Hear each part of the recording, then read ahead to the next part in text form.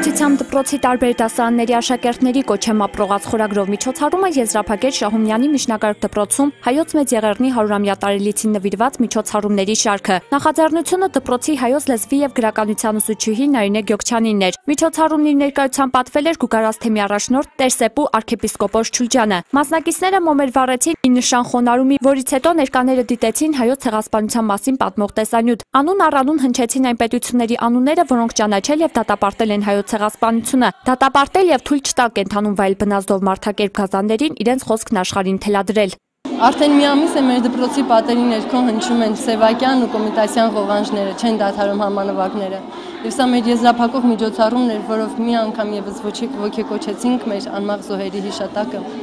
Այդպես էլ կոչվում էր միջոցառումը, կոչեմ ապրողած։ Բոլորս ենք սևազգես, որովհետև դա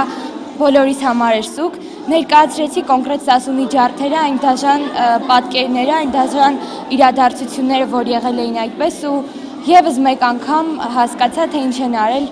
մեզ հայերիս հետ։ Պետք է այնպես պարգևեն, որ մեր միջոցառման բուն նպատակը նա է, որ աշխարհը ճանաչի ցեղասպանությունը։ Սևազգես Թայկինը աչքը խոնարհեց դատարկորորոցին, վիշտը սեղմեց կոկորտում եւ հայացքը հառեց երկնքին։ Հայի ոգին անպարտ է։ Մի ողջ մշակույթ, մի ողջ ազգություն վերացավ Վանից, Կարսից, Անից եւ տասնյակ այլ քաղաքներից։ Քաղաքներ, որոնք հայ պատմիչների ու գուսաների ստեղծագործության նյութը դարձան։ Որթեկորից մայրերի բերանով արդարություն աղաղակեցինք։ Արձագանքները տարածվեց ամբողջ աշխարհում, բայց ոչ ոք մխիթարել այդպես էլ չկամեցավ։ Հայը պարփակվեց իր պատյանի մեջ։ Հնչեցին բանաստեղծություններ հայրենիքի եւ պանդխտության մասին։ Մի ազգի անպատիժ չեն սպանում,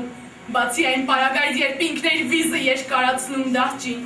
Եթե ուզում է պաշտպանել ինքն իրեն, սեփական եղունգներով ու ատամներով կպաշտպանվի, չի նվաճվի, չի կորչի, չի ջնջվի։ Ինչպես պետք է ապրել, որն է գերագույն խնդիրը հայի, պայքարել հայկական հարցին հիմնովին լուծում տալու, հզորանալու եւ ամուր պետականություն ստեղծելու համար։ Մասնակիցները բեմականացրին Սողոմոն Թեհլերյանի դատավարությունը։ Էականն այն չէր սակայն, թե որքանով հաջողվեց աշակերտներին մտնել կերպարների մեջ, այլ այն, որ մեկ դար էլ անցնի, 100 դար էլ անցնի, հայը չի մոռանա, կհիշի եւ կպահանջի։ Չեն կարող ստեղծել Թուրանի կրոնն ու գաղափարը։ Հայերը սեպի նման խրված են մեր կոկորտներում։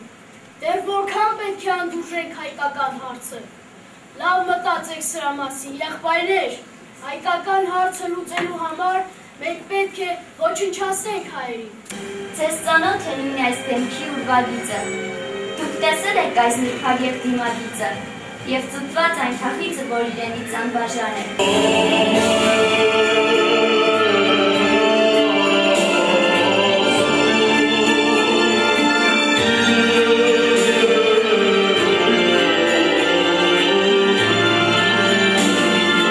Աշակերտուհին միջոցառմանը ծնկաչոք էր որպես կորսված հայրենիք, բայց ի վերջո հայ տղաները որպես քաջարի զինվորներ մարտնչեցին եւ հայրենիքի թիկունքին հպարտությամբ տարածեցին եռագույնը որպես հաղթանակած եւ հզորացած պետության։ Ես հպարտ եմ, որ հայ եմ կարգախոսը առավել հնչեղ կլինի, երբ ասենք ես հպարտ եմ, որ Հայաստանի Հանրապետության քաղաքացի եմ, քանզի երկիրն առանց պետականության ոչինչ է։ Ուրեմն պետք է շարունակել պայքարը ոչ թե ողբով, այլ հզորանալու ծրագրով։ Դպրոցի տնօրեն Սամվել Հակոբյանը իր շնորհակալական խոսքն ուղղեց մասնակիցներին եւ ուսուցչուհի Նարինե Գյոքչյանին հայրենանվեր աշխատանքի համար։ Շնորհավորանքներին միացավ նաև Գուգարասթեմի առաջնորդ Տեր-Սեպու arczepiskopos Չուլջյանը։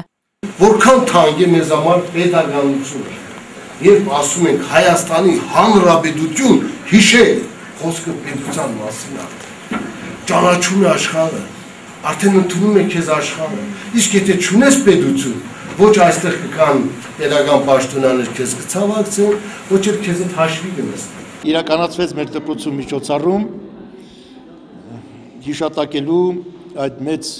ողբերգական իրադարձությունը, որը տեղի ունեցավ հայ ժողովրդի կյանքում, եւ հիմնական լեյտմոտիվը կարող եմ ասել, հիմնական նպատակը նա էր, որ մեր երեխաներին, մեր